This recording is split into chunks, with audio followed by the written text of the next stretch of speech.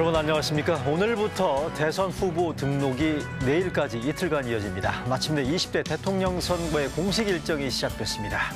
이뤄진다 라이브 오늘은 민주당 이재명, 국민의힘 윤석열 후보의 외교안보 정책 전문가 두 분 만나보겠습니다. 유력 대선 후보의 남북관계, 한미관계 등 외교안보 정책은 어디에 강조점을 두고 있는지 오늘 객관적으로 비교해 볼 수 있는 기회가 될 것 같습니다. 그제 TV토론에서도 이 문제 공방 뜨거웠죠. 그날 못다 들었던 이야기, 궁금했던 점 오늘 풀어드리겠습니다. 먼저 관련 영상 보시겠습니다.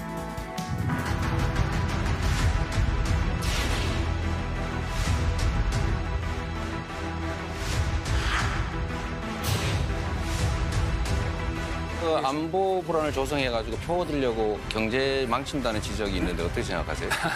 안보가 튼튼해야 주가도 유지가 되고 국가 리스크라는 것이 이제 주는 거고요.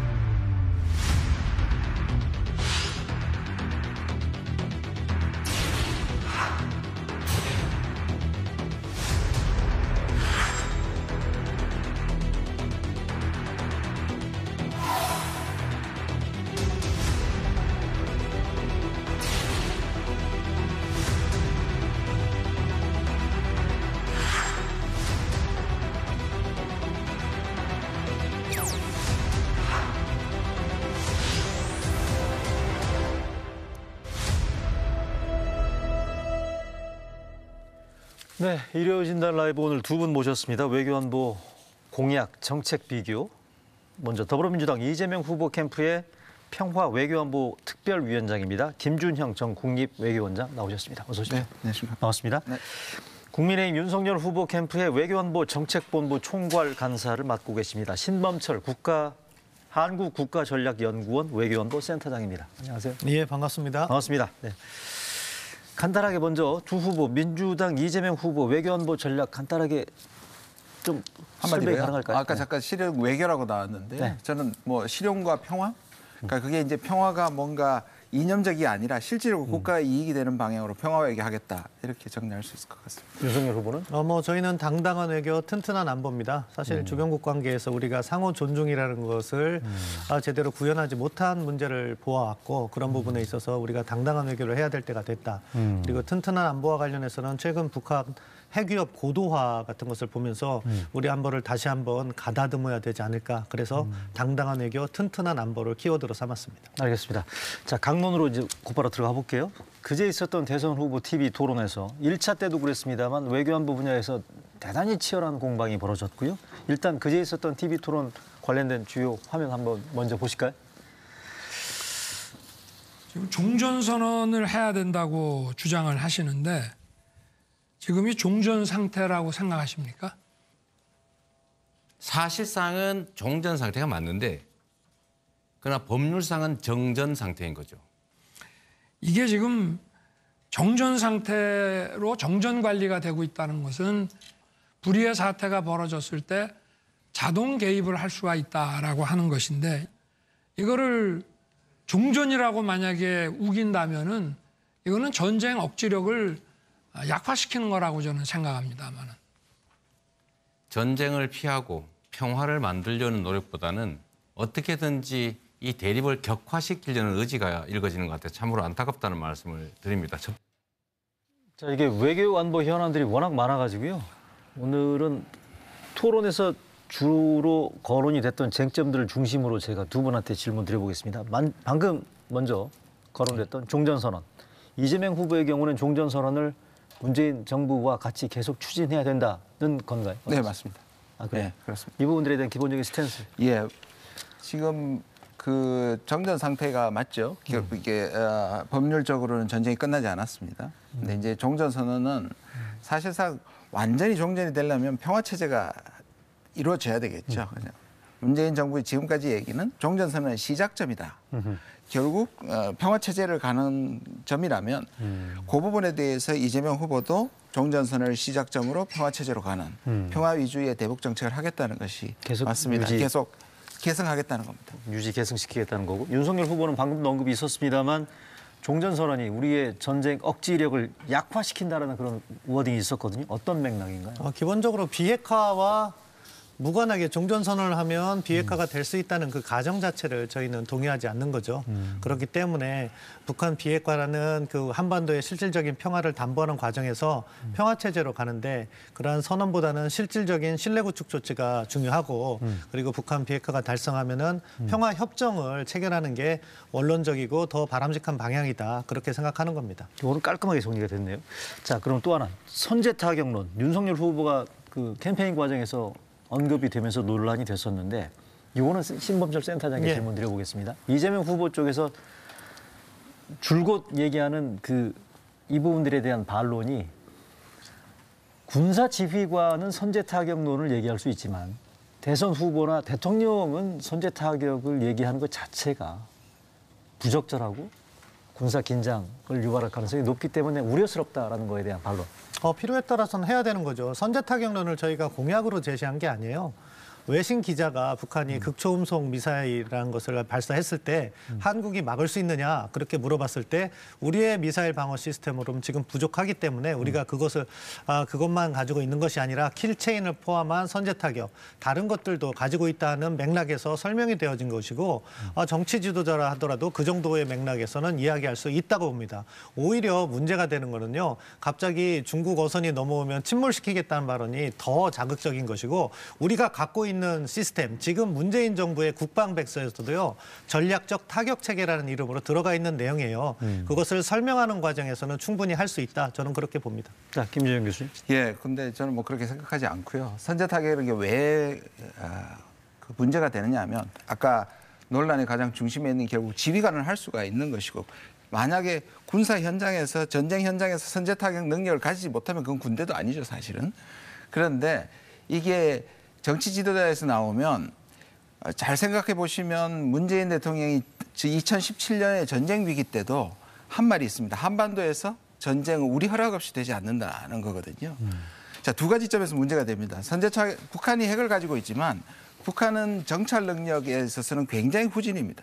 그러면 한국이 어떤 움직임을 했을 때 북한이 선제 타격과 연결시킬 수밖에 없습니다. 그래서 오인해서 반격, 우리가 실제로 공격하지 않은데도 북한도 선제 타격을 할 수 있기 때문에 긴장이 고조되겠죠. 두 번째는 부시 때 바로 이게 선제 타격이거든요. 실제로는 그 이라크, 아프간은 사실상 국제법적으로 인정이 됩니다. 예. 그런데 이라크에서는 무기를 가지고 있다는 것만으로 전쟁을 했고 전 세계적으로 국제법적으로 상당히 문제가 있었고 예. 또 만약에 앞으로 하는 바로 기억드릴게요. 근데 문제는 뭐냐면 이거를 우리가 이렇게 얘기해버리면 앞으로 미국이 한국이 선제 타격을 찬성한 걸로 보면 미국이 선제 타격이랑 뭐 필요에 따라서 북한과 전쟁할 수 있는 여지를 열어줄 수 있는 매우 위험한 발언이라고 저는 생각합니다. 예. 지금 선제 타격하고요. 예방 공격과 구분을 못하고 계시는 거예요. 우리가 이야기하는 문재인 정부의 국방배서에서 있는 그 선제 타격, 전략적 타격 체제, 킬체인은요. 한반도의 긴장이 고조되는 가운데에서 북한이 핵미사일을 발사할 징후를 판단했고 우리가 다른 여러 가지 징후를 종합해서 핵무기 공격이 임박했다고 확인하는 경우에 그것을 갖다가 공격해서 위협을 제거하겠다는 거죠. 그게 이라크전에서의 선제 타격은요. 그러한 임박한 위협 없이 대량 살상 무기를 확보한 것만으로도 공격할 수 있다는 얘기로서 국제법적으로 논란이 됐던 거고 지금 우리가 갖고 있는 선제 타격은요. 자위권적 방어 조치로서 국제법에도 인정되고 실제 그런 상황은 사실은 군사적 긴장이 도래해야지 발생할 텐데 그때는 우리 대한민국의 국민의 안전을 위해서 우리가 할 수밖에 없는 거예요. 그러한 인식이 있는데 그 말 자체를 딱 어디서 말꼬리를 잡아서 문제를 제기하는 거는요. 네. 지금 문재인 정부가 갖고 있는 정책하고도 충돌된다. 그 말씀을 알겠습니다. 드리고 싶습니다. 짧게 제방. 예. 지금 제가 그걸 구별 못하는 게 아니라 바로 그것을 군사적으로 하면 문제가 안 되지만 그거를 정치 지도자가 하면 그게 예방 공격이 될 수 있는 가능성이 있다는 얘기를 프리벤티브 스트라이크 그렇죠. 말씀하시는 거죠? 알겠습니다. 또 하나 뜨끈뜨끈한 주제. 사드 추가 배치. 이것도 윤석열 후보가 한 줄짜리 공약을 공개를 하면서 논란이 됐었습니다만 요거는 김주영 교수께서 사드 추가 배치에 대해서도 뭐 이재명 후보가 얘기를 했습니다만 현재 논쟁적인 지점들에 대한 반박이나 비판 가능한지. 사드 자체가 우리한테 준 상당한 충격들이 있죠. 근데 여기서 사드의 뭐 효용성 문제는 여기서 뭐 워낙 복잡한 문제니까 얘기가 길어질 것 같은데요. 지금 상황에서 사드를 여러 군데 계속 추가로 배치하는 자체가 하등에 도움이 되지 않는다 저는 그렇게 생각합니다. 그렇게 보십니까? 예, 뭐 북한의 위협이 고도화됐기 때문에 우리가 다층적 미사일 방어 체계를 구축해야 된다. 그런 관점에서 필요하다고 봅니다. 민주당에서는 사드가 추가 배치가 필요 없다고 하지만 스스로 사드를 지향하고 있는 LSAM을 배치하겠다고 하고 있어요. 그렇기 때문에 한편으로는 필요 없다고 하고 자기들도 그 무기 체계를 도입하겠다고 하는 거예요. 그러니까 모순이 있다는 거고요. 지금 뭐 충청권에서는 뭐 충청권에 사드를 배치한다 이런 식으로 과장하면서 이야기하고 있는데 민주당에서 LSAM을 개발해서 해도 결국엔 똑같은 거예요. 레이더에서 뭐 전자파 위험하지도 않은 전자파가 과장되고 있는데 그런 식으로 해서 사실관계도 정확하게 확인하지 못하고 그리고 똑같은 무기 체계를 지향하면서도 필요 없다고 하고 그런 내부적인 모순을 먼저 시정해 주실 것을 요구합니다. 근데 그 사드 때 기억하시겠지만 중국이 이렇게 얘기했습니다. 미국을 못 믿지. 한국이 만약에 그걸 사서 한국이 완전히 운용하게 되면 한국에 사드를 해도 괜찮다는 얘기를 했죠. 거기에 꼭 중국의 혈안을 맞는다는 의미가 아니라 중국을 자극하지 않으면서 우리가 방위를 할 수 있다면 만약에 LSAM과 사드 중에서는 LSAM이 훨씬 더 자극을 안 하고 우리 자위력을 강화할 수 있다는 측면에서 바로 그런 말씀을 드리는 겁니다. 아니, 저희가 지금 바로 말씀하신 우리가 구매해서 하겠다는 거예요. 그렇기 때문에 중국을 가지고 과장하시는 것도 맞지 않다고 봅니다. 그거는 미국이 허락하지 않을 거라고 봅니다. 요거는 제가 네, 개인적으로 신범철 센터장님께 개인적인 궁금증. 네. 방금 우리 김주영 교수께서 말씀하셨습니다만 사드가 가지고 있는 민감성, 중국과의 불편했던 기억이 지금 생생하지 않습니까? 캠프 안에서 사드 추가 배치 한 줄짜리 공약에 대해서 어떤 의견들이 나오고 있습니까? 이거 잘한 거라고 생각하십니까? 아니, 그러니까 이를테면 이거는 정말 잘 던진 이슈다. 반대로 이거 좀 민감하고 부담스러운 주제인데 이거 너무 끌고 가는 거 아니냐? 뭐 캠프 안에서 혹시 분위기 저희는 있나요? 사실 이런 문제와 관련해서는 지금 국가 안보라는 문제를 우선시하고 있고요. 거기에서 북한의 핵능력이 고도화됐기 때문에 네. 이번에 여러 가지 단거리 미사일을 발사하면서 다층적 미사일 방어 체계를 구축해야 되고 그리고 지금 LSAM은 사드 수준으로 개발되려면은 2030년대 중반이 돼야 돼요. 네. 그렇기 때문에 필요한 방어 조치로서 사드 추가 구매 이야기가 나온 것이고 중국과 관련해서도 걱정하시는 분이 있었는데 바로 김준영 교수님께서 말씀하신 것처럼 2016년 논쟁 당시에 네. 중국도 한국이 차라리 사서 구매하라는 이야기가 있었기 때문에 그렇다면 사드 추가 배치는 우리가 구매해서 배치한다면 외교적인 문제를 갖다가 완화하면서도 우리의 억제력을 강화할 수 있다는 판단이 서서 후보께 건의했고 그대로 추진하고 있습니다. 이재명 캠프 쪽에서는 보면 자주 나오는 얘기입니다만 중국 때리기라는 게 결국 표가 급해서 그런 게 아닌가. 네네. 어떻게 보십니까? 뭐 이재명 후보도 중국에 대해서 당당하게 얘기하겠다 그러고 말씀하셨고요. 실질적으로 그렇게 얘기를 해오고 있습니다. 뭐 베이징 올림픽에 관해서도 그런데 근데 이 문제는 계속 군비 경쟁을 가속화시키면 한반도 전체가 사실 지금 북한도 군비 경쟁을 하고 있고 우리도 사실 우리 입장에서 보면 첨단 무기를 계속 쌓는 것이 좋지만 전체적으로 보면 이 안보를 위한 군비 경쟁이 결국은 평화라 국익에 해가 될 수 있는 측면이 있거든요. 그래서 저는 안보를 강화하되 안보를 통한 평화도 중요하지만 평화를 통한 안보도 중요하다는 게 기본적으로 생각하고 알겠습니다. 사드는 이 정도로 정리할게요. 또 하나 선제 타격론 등등과 연계된 이슈 대북 관계로 넘어가 보겠습니다. 일단 문재인 정부의 경우 이재명 후보는 문재인 정부의 대북 정책을 계승 발전시키겠다라는 게 기본적인 기조인 거죠. 네, 대북 관계. 그렇습니다. 한반도 평화 프로세스를 그동안 문재인 정부가 추진해 왔었는데 기본적인 대북 관계에 대한 기조 잠깐 설명 가능할까요? 뭐 절반의 성공이냐 절반의 실패냐라고 볼 수 있는 측면이 분명히 있습니다. 그런데 2017년을 생각해 보면 한반도의 전쟁의 그림자가 드리웠었거든요. 그게 2018년을 통해 가지고 한반도의 평화 기조가 있었고요. 물론 내부적인 능력이 조금 모자랐다든지 주변 상황 때문에 완성하지 못한 데 대한 아쉬움과 부족함이 있습니다. 그러나 방향은 그 방향으로 가야 된다는 것이고요. 그래서 계승하되 실천하는 방향으로 보다 그 부분에 대해서 완성한다는 의미에서의 대북 기조를 가지고 있습니다. 윤석열 후보 쪽에서는 얘기 나오는 게 문재인 정부의 한반도 평화 프로세스는 실패했다라고 단정을 내렸었는데 대북 기조 어떻게 보고 예, 뭐 대화의 문을 열어간다는 점에서는 공통점이 있다고 생각해요. 하지만 우리는 보다 분명한 목표 지향성을 가져야 된다. 남북 관계는 정상화해야 되고 북한은 비핵화되어야 된다는 그 원칙을 구현하고자 합니다. 남북 관계가 정상화돼야 된다는 것은 남북 관계를 추진함에 있어서 북한도 지금 지난 문재인 정부 때 보여지면 여러 가지 잘못된 행동을 했어요. 남북 연락사무소도 폭발을 했고 우리 공무원도 사살을 했고 그밖에도 우리 대통령에 대한 수많은 모욕 이런 것에 대해서는 당당하게 이야기를 하면서 우리가 북한을 설득해 나가야 된다는 것이고 북한 비핵화 문제와 관련해서는 자꾸 문재인 정부는 먼저 북한에게 무언가를 해주면 북한이 변해서 대화에 나올 것이다는 가정에 기반해서 그 평화 프로세스라는 걸 추진한 것 같은데 그것보다는 현실에 입각해서 지금 북한은 사실상의 핵보유국주의를 확보하기 위해서 전략적 행보를 보이고 있다. 예. 그렇다면 우리도 압박수단, 제재와 같은 압박수단을 갖다가 활용하면서 예. 북한을 대화로 견인해야 된다. 그런 입장입니다. 그건 잠시 뒤에 조금 더 얘기를 나눠보고요. 신범철 센터장이 남북관계의 정상화를 언급했거든요. 아까 김주영 교수께서 절반의 성공, 절반의 실패라고 말씀하셨는데 북한에 대해서 할 말을 해야 된다라는 거에 대한 논란. 이재명 후보는 차후에 어떤 기조를 유지를 해야 되는 건지.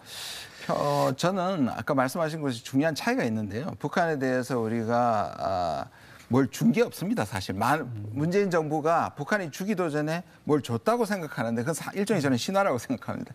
그런데 외교에서 상대방을 설득하기 위해서 여러 가지 안을 던지는 거죠. 그러면 약속하기 전에 우리도 반드시 북한으로 받아내야 되는 거죠. 오히려 지난 시간을 보면 북한이 훨씬 더 많은 것들을 양보했죠. 모라토리움을 했다든지 그다음에 풍계리를 폭파했다든지 이런 것들이 북한이 그전하고는 상당히 달랐습니다. 근데 우리가 지금 제재를 뭐 완화해 준 것도 없고요. 그다음에 실질적으로 군사 협정을 통해서 한 4, 5년간 중요한 충돌이 또 없었단 말이에요. 그렇게 보면 이게 꼭 뭔가 말의 표시에 강하고 상대방에 대해서 자극하는 말들을 했다고 해서 바른 말 하는 것은 아니다. 저는 오히려 그런 것이 훨씬 더 자신감 있게 가지고 있는 평화의 의지가 오히려 북한을 끌어낼 수 있고 종전선언도 마찬가지입니다. 종전선언을 주면서 우리가 종전선언을 하면서 그 경제 제재를 안 하겠다는 말도 안 했거든요. 그러나 시작점에서 종전선언을 하고 북한도 비핵화 조치를 하고 그렇다면 우리도 경제 제재에 대해서 스냅백을 할 수 있다. 이런 방향이지 우리가 양보한 건 실질적으로 없습니다. 알겠습니다. 이게 지금 북핵 문제, 그러니까 대북 관계는 얘기하려면 3박 4일을 얘기해도 아마 시간이 모자랄 것 같긴 한데 좀 범위를 좁혀서 얘기해 보겠습니다. 아까 신범철 센터장께서 말씀해 주셨습니다만 우리 김주영 교수도 방금 스냅백 언급하셨죠? 참고로 좀 스냅백 얘기를 잠시 뒤에 얘기하겠습니다만 북핵, 여기 나오고 있네요. 북핵 문제 해법 과정과 관련해서 제재와 관련된 이게 용어인데요. 보시는 것처럼 조건부 제재 완화. 북한이 약속한 비핵화 조치를 이행하지 않을 경우에 스냅백이라는 게 회수한다는 그런 의미니까 제재 완화나 해제 조치를 되돌린다는 그런 개념을 지금 스냅백을 김주영 교수께서 말씀해 주셨습니다. 이게 지금 대북 관계, 북핵 문제와 관련해서 제재와 관련된 핵심 용어 아니겠습니까? 요거 관련해서 스냅백. 일단 기본적으로 이재명 후보 쪽에서는 이 스냅백에 대한 접근과 관련해서 말이죠. 상응하는 비핵화 조치를 해주게 되면 제재를 풀어준다는 거고 약속 안 지키면 다시 되돌린다는 뭐 기본적인 그렇죠. 이거는 뭐 별 변화가 없는 처음부터 거죠. 먼저 뭘 양보하겠다는 뜻은 절대 아닙니다. 그렇습니까? 스냅백에 대해서. 스냅백은 사실은 이재명 후보 측의 그 발언이 일관되진 않아요. 처음에는 북한에게 뭐 제재 완화 같은 것을 양보할 필요성도 있다는 부분을 많이 강조하셨어요. 그런데 최근 들어서는 동시행동 원칙을 가지고 이야기를 하셔요. 동시행동의 내용에 조금 더 들어가 봐서 북한이 말로만 이야기하는데 우리가 제재 완화해주고 나중에 스냅백 한다는 것은 저희는 분명히 반대입니다. 그래서 스냅백 자체에 부정적인 말씀을 하신 건데요.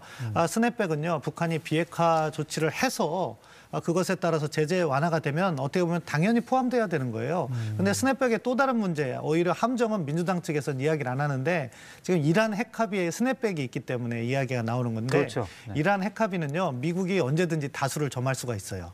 왜냐하면 미국, 영국, 프랑스, EU가 다수로서 참여됐기 때문에 안보리 결의처럼 비토권이 없는 단순 다수 결의거든요. 그런데 민주당 측에서 얘기하는 거 유엔 안보리 제재 결의를 이야기하면서 이런 스냅백의 의사결정. 왜냐하면 북한이 이행을 안 하고 있다는 것을 누가 결정해요? 안보리로 가면은요, 그거는 알겠습니다. 비토권.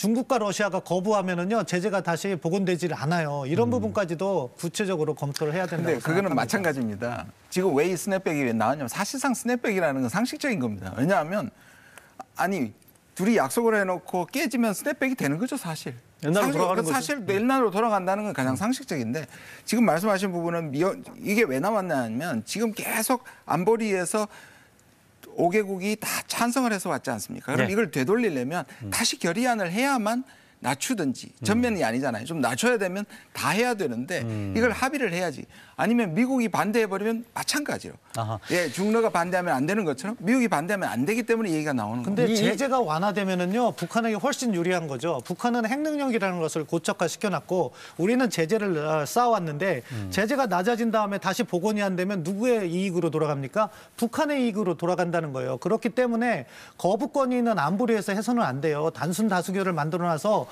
북한이 제재 비핵화 조치를 이행 안 한다는 것을 우리가 판단해서 조치할 수 있어야지 자칫하면 제재 완화만 되고 북한 핵능력은 계속해서 고도화될 수 있기 때문에 조심해야 된다는 말씀을 드리는 거예요. 그 얘기가 논쟁적인 게 비핵화 안 하면 제재 완화 아예 안 한다는 쪽으로 이렇게 읽혀지고 그런 인상을 주고 있다는 거 알고 계시죠? 비핵화 안 하면 제재 완화는 해주시면 안 돼요. 왜냐하면 비핵화 안 하는데 제재 완화가 지금 되면 거기서 사실상의 구분하셔야 되는 핵보유국 겁니다. 돼. 왜냐하면 제재 완화가 지금 전면 완화가 아니란 말이에요. 그렇죠. 아니 부분적 완화라도 완화가 된 제재를 다시 복원시켜야 되잖아요. 북한이. 그렇죠. 안 하면. 그걸 그러니까. 스냅백을 갖다가 단순 다수결이 아니라 비토권을 가진 중국과 러시아가 거부권을 가진 형태로 의사결정을 하면 그러면은 제재 복원이 어렵다는 거예요. 그 문제를 갖다가 간과하시면요 북한 핵보유국 됩니다.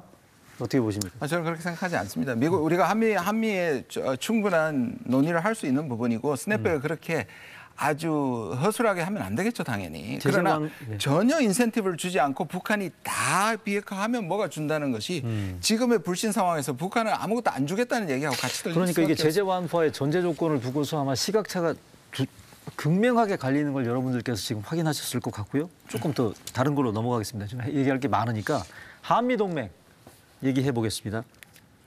이재명 후보는 한미동맹 실용을 전면에 내세우고 있지 않습니까? 이 조금 구체적으로 알기 쉽게 설명이 가능할까요? 네.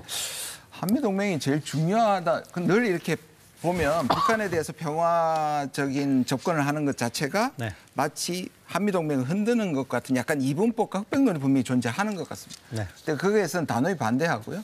한미동맹이 우리 국가의 근간이 되는 것은 뭐 의심의 여지가 없습니다. 그런데 지금까지 한미동맹이 곧 우리의 국익이다라고는 보지 않는 거죠. 이게 굉장히 중요한 얘기인데요. 미국도 우리가 협상을 해야 될 대상인 겁니다. 과거에는 근데 일부에서는 어떻게 한미동맹하고 우리나라의 국익이 다를 수 있습니다. 예를 들자면 쿼드 같은 경우에 이런 겁니다. 쿼드 자체는 반중인데 우리가 들어가게 되면 거기에서는 우리 한중 관계가 어렵게 되는 거죠. 그래서 우리가 채택하고 있는 방법은 뭐냐면 쿼드와 협력하겠다. 이슈별로. 그러나 거기 들어가는 건 아니다. 중국 방어만. 그래서 우리가 대중 전략이 한미동맹과 중국에 대한 전략이 모호하다 그러는데 저는 동의하지 않습니다. 한미 관계를 근간으로 하되 한미 관계에서 중국 관계를 깨트리는 한중 관계를 위험에 빠뜨리는 것을 우리가 조심할 필요가 있다. 이게 지금 가장 선명한 겁니다. 알겠습니다. 자, 우리 윤석열 후보 쪽에서는 한미 관계 오늘 헌터 펜스 전 미 부통령 만난다는 거 아니겠어요? 네, 저희는 한미 동맹 복원이 필요하다고 봅니다. 뭐 연합 군사 훈련에서 볼 수 있듯이 우리가 필요한 협력을 다 하지 못한 부분이 있었다. 그리고 지금 보면은요, 저희가 일단 공약에도 포함시킨 것이 한미 동맹 좋다 얘기하지만요, 기존에 만들어놓은 협의체도 가동을 하지 않고 있어요. 한미 외교 국방장관 2+2 협의체라든가, 예. 북한의 핵능력 고도화에 따른 확장 억제 전략 협의체 협력이라든가. 2018년 이후에 한 번도 되지 않고 있어요. 이런 것들을 우리가 해나가야 되는 거죠. 북한과의 대화는 필요하면 얼마든지 해나가야 되는데 그것을 갖다가 더 폭넓게 할 수 있도록 우리가 안보를 튼튼히 한다는 측면에서 한미동맹도 더 공조를 강화해야 되는데 지난 몇 년간 2+2 채널이라든가 전략협의체 만들어져서 제대로 운영이 안 되고 있어요. 그런 거 다시 복원해야 되고 그리고 그다음에 말씀하신 것처럼 중국 문제는 중국 문제로 우리가 섬세하게 이렇게 관리를 해나가야 되지만 지금 시대는 사실 사실은 민주당 측에서 보는 것보다 더 급변하고 있다. 뭐냐면은 경제안보 이슈가 아주 급부상하면서 우리가 공급망 협력이라든가 이 첨단 기술과 관련해서 예. 미국과 더 협력할 부분이 많다. 이런 것들을 갖다가 저희는 더 보다 빠르게 하겠다는 거죠. 한미동맹 한미동맹을 왜 복원하죠? 뭐가 망가졌다고 저는 생각하지 않거든요. 왜냐하면 이거는 제가 직접적으로 국무부 관리한테 얘기 들은 겁니다. 얼마만큼 각층에서 얘기를 하는지 요즘에는 만나서 할 얘기가 없을 정도다라고. 제가 그만큼 얘기를 많이 하고 얘기를 각급에서 다 하고 있고요. 그리고 이제 공식적인 면담을 안 한 것은 사실 코로나 탓이 굉장히 많았고요.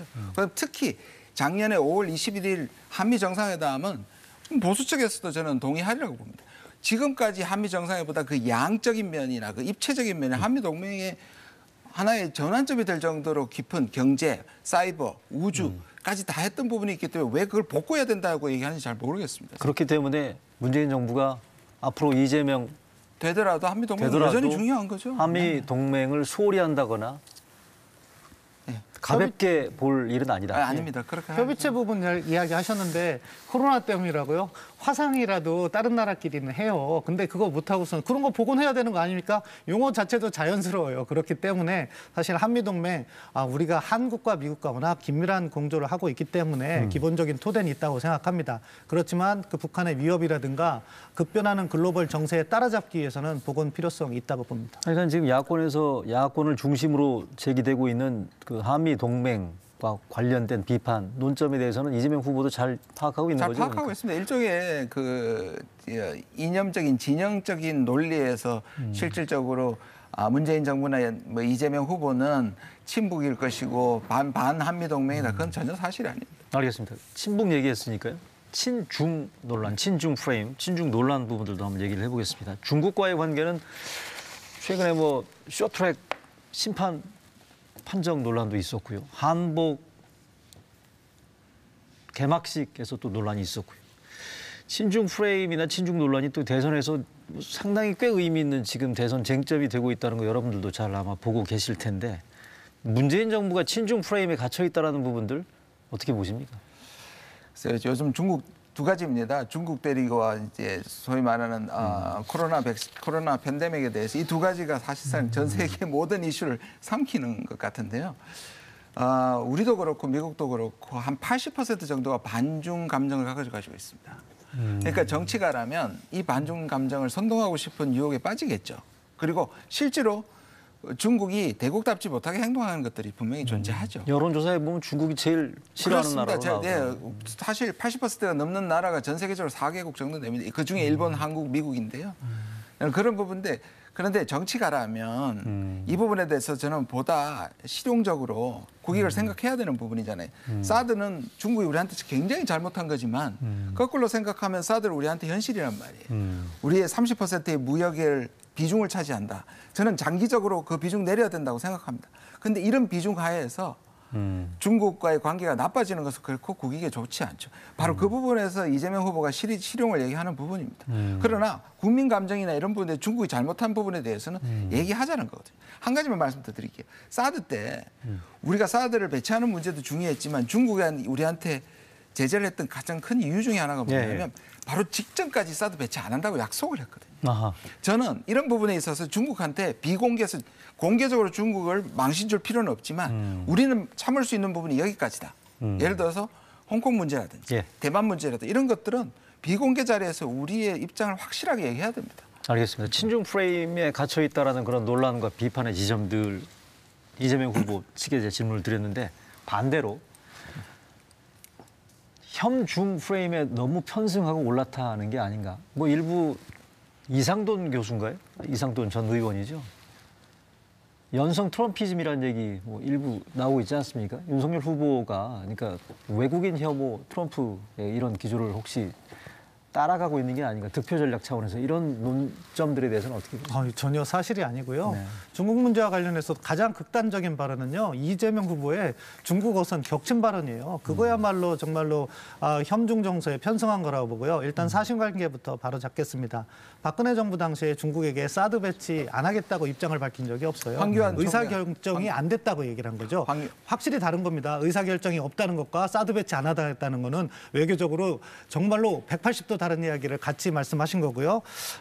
문제는 뭐냐면은 문재인 정부에 있어서 왜 자꾸 중국에게 우리가 경사됐냐 그리고 걱정하는 목소리가 나오는 것이 사드 산불에서 비롯됐다고 봐요. 저는 사드 산불의 정책 방향은 턱할 수 있지만 그거를 우리의 주권적인 사항인데 중국의 입장을 밝혔다는 점에서 문제가 있는 거예요. 그러한 외교적 행위를.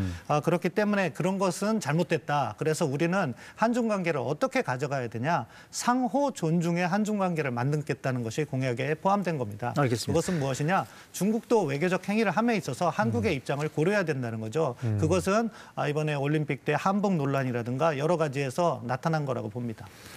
신범철 센터장이 방금 얘기했던 그 이재명 후보가 중국 어선 격침 한 줄 글 집어넣은 거 있잖아요. 저 솔직히 말해서 그 부분은 조금 많이 나가셨다고 생각합니다. 그래요? 예, 이제 국민 감정을 고려하신 부분이라고 좀 솔직히 인정하는데요. 근데 아까 말씀하신 것처럼 황교안 총리가 한 3주 전에 갔습니다. 네. 우리가 발표하기 전에. 네. 근데 아다르고 어다른데 그리고 심지어 100번 양보해서 그러면 아직 결정 안 됐다고 얘기한 것을 3주 후에 전격적으로 배치한다는 거는 주변 국가의 우려를 전혀 네. 고려하지 않는 부분이기 때문에 그렇고요. 저는 정리해주세요. 입장이지 않습니까? 사드를 추가 배치하지 않겠다. 예. 한미일 군사동맹 하지 않겠다. 미사일 방어 체계에 들어가지 않겠다. 이거는 예. 굉장히 필요한 얘기입니다. 그리고 조약도 아니고 우리의 입장을 얘기하는 건데 입장은 상황이 바뀌면 바뀔 수 있는 부분입니다. 알겠습니다. 마지막으로 신범철 센터장. 예, 아니 그러한 입장은 우리가 가지고 정책을 추진하면 돼요. 그런데 그거를 대통령의 방중 직전에 발표했거든요. 그 상황을 보면요. 그게 2017년 10월 30일 날 나온 거고 그때 문재인 대통령의 방중이 추진돼서 2017년 12월에 가셨어요. 네. 그런데 그 과정에서 우리가 한중 관계를 잘못해서 대통령께서 방중까지 하셔서 혼밥을 2번인가 3번인가 하셨죠. 이런 맥락 속에서 대한민국 국민들께서 네. 한중 관계에서 상호 존중이 필요하지 않나 하는 자연스러운 문제 제기가 있다고 생각합니다. 알겠습니다. 제한된 시간인데 하여간 뭐 한미, 사드, 대북 문제 굵직한 이슈는 일단 다 다뤘는데 보시는 것처럼 턱없이 시간이 부족하다는 느낌이고 네. 이분이 외교 안보 분야에서 국내에서는 거의 최고 수준의 달변 내지는 입담가 2분 오늘 모셔놓고 얘기를 들어보니까 정말 시간 가는 줄 모르겠습니다. 말씀 잘 들었습니다. 네, 감사합니다. 네, 고맙습니다.